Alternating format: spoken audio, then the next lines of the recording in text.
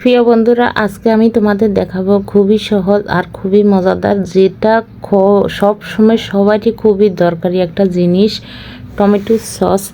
যে কোনো সিঙ্গারা বলো, ভাজা পোড়া বলো, সস ছাড়া, টমেটোর সস ছাড়া কিন্তু একদমই অসম্পূর্ণ থেকে যায় আর খেতে কিন্তু ভালো লাগে না। তো যাই হোক, আমি তোমাদের আজকে কীভাবে টমেটোর সস বানাতে হয় ঘরে। এখন কিন্তু টমেটো খুবই কম দামে তোমরা পেয়ে যাবে, 10 টাকা কিলো বা 15, এর থেকে বেশি না। কিন্তু প্রথমে টমেটোগুলা 5 কেজি টমেটো আছে, প্রথমে ধুয়ে নিলাম। ধুয়ে তারপর আমি একটা চাকুর সাহায্যে চুলার উপর দিয়ে খোসাগুলো ছাড়ানোর চেষ্টা করলাম, 2-3টা করলাম। কিন্তু আমি একদম সচেতনের কারণে আমার হাত গেল পুড়ে, তো সেজন্য কড়াইয়ের ভিতরে ভাপিয়ে হালকা তারপর উপরে খোসাগুলো ছাড়িয়ে নিলাম। এখানে 2টা রসুন একদম কুচি কুচি করে কেটে এগুলার সঙ্গে টমেটোর সঙ্গে দিয়ে দিলাম। বাস এখন দেখো সিদ্ধ করে নিলাম। সিদ্ধ করে এখন ব্লেন্ডার করে নেব। যত ব্লেন্ডার তোমার স্মুথ হবে তত কিন্তু সস দেখতে সুন্দর হবে। তো সবগুলা আমি দুইবারে করে নেব। প্রথমে একবারে ব্লেন্ডার নিয়ে নিতেছি। তো প্রথমে একবার করব ব্লেন্ডার, এরপরে দুইবারে হয়ে যাবে।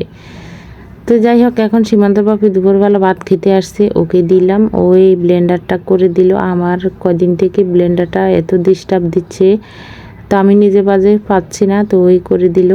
তো দেখো হয়ে গেছে, একদম 1 বাটি হলো, বড় বাটির। তো এখন ফোড়নে দিব সাদা তেল দিয়ে, এখন গোটা জিরা দিয়ে দিব ফোড়নে। দিয়ে দিলাম গোটা এলাচ, দারচিনি। তো এখন টমেটোগুলো দিয়ে দেব, টমেটো পেস্ট দিয়ে তারপরে অনেকক্ষণ পর্যন্ত এখন নাড়াচাড়া করব। তো এখানে আমি 5 কেজি টমেটোর জন্য 3 কাপ চিনি দিয়ে দিলাম। 2 চামচ লবণ, 2 চামচ হলুদের গুঁড়া, 3 চামচ মরিচের গুঁড়ি। এখন দিয়ে দিব ভিনিগার কিন্তু তোমাদের দেওয়া লাগবে। ভিনিগার কিন্তু না দিলে সস তোমার বেশি দিন থাকবে না ঘরে। তো এখন দিব হালকা একটু 2-3 ফোঁটার মতন ফুড কালার দিলাম, একটু যেন কালারটা আরও সুন্দর আসে। তো এখন যেভাবে ফুটতেছে মনে হয় তাল জাল দিলে যেভাবে হয় ঠিক সেভাবে, তো পটপট করে ফুটতেছে। তো এখানে কিন্তু এদিকে মানে ছড়িয়ে ছিটিয়ে যাচ্ছে, গায়েও আমার 2-3 ফোঁটা পড়লো। অনেক কষ্ট করে কিন্তু এই টমেটো সস আমার বানানো লাগতেছে।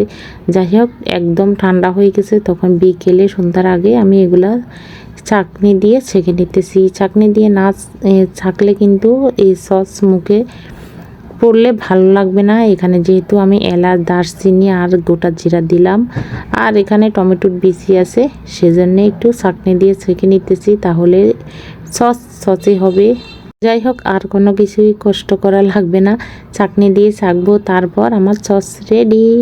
একদমই দেখো, একটুখানি কষ্ট করলে কি হবে, আমার একদমই প্রায় 2-3 মাসের সস এখানে হয়ে গেছে। কোনো আর চড়া দাম দিয়ে দোকান থেকে কিনা যাবে না। একদম এখানে প্রাণ যে সস পাওয়া যায়, একদমই ফ্লেভারটা ওই রকমই হলো, ভীষণ মজা হলো। কিন্তু এখন এই কৌটা আমি ভরে নেব। তো বন্ধুরা, আমার এই সস রেসিপি কেমন হলো অবশ্যই জানাবে। সসের রেসিপি যদি ভালো লাগে কোনো অংশে, তাহলে লাইক, কমেন্ট, শেয়ার করবে। তো আজকের মতন টাটা।